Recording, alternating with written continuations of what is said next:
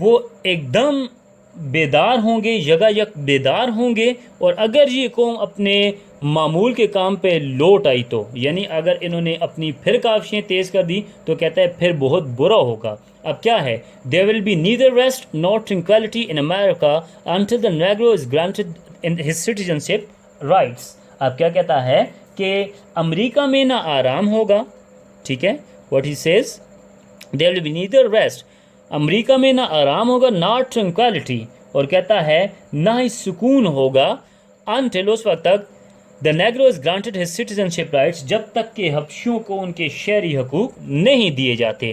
the whirlwinds of revolt will continue to shake the foundation of our nation until the bright day of justice emerges. کہتا ہے بغاوت کی گرد و باد، ٹھیک ہے، the whirlwind طوفان، گرد و باد of revolt بغاوت کی، will continue وہ جاری رہے گا، to shake the foundation اور بنیادوں کو ہلاتا رہے گا، of our nation ہماری قوم کی،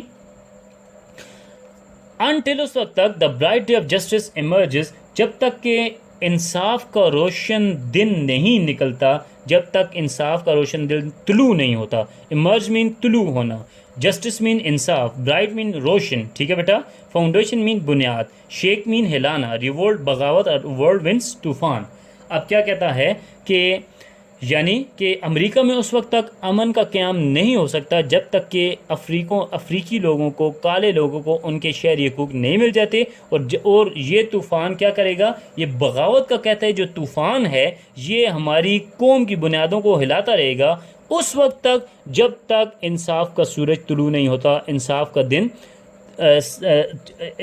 دن روشن نہیں ہوتا. یعنی کہنے کا مقصد یہ ہے، کہتا ہے کہ افریکنز جو ہیں 1963 یہ اختتام نہیں ہے کسی بھی چیز کا. کہتے ہیں وہ لوگ جو یہ آس لگائے بیٹھے ہیں کہ اب یہ اپنی تمام جو کاوشیں ان کو چھوڑ دیں گے، کہتا ہے وہ اس بات پہ کانٹینٹ، وہ اطمینان بخش ہو جائیں، وہ خوش ہو جائیں، وہ مطمئن ہو گئے ہیں. تو کہتے ہیں ایک دم سے اگر یہ قوم دوبارہ معمول کے کاموں پہ واپس لوٹ آئی تو یہ بہت زیادہ فیٹل خطرناک ہوگا. کس کے لیے؟ ہماری قوم کے لیے، یعنی امریکنز کے لیے.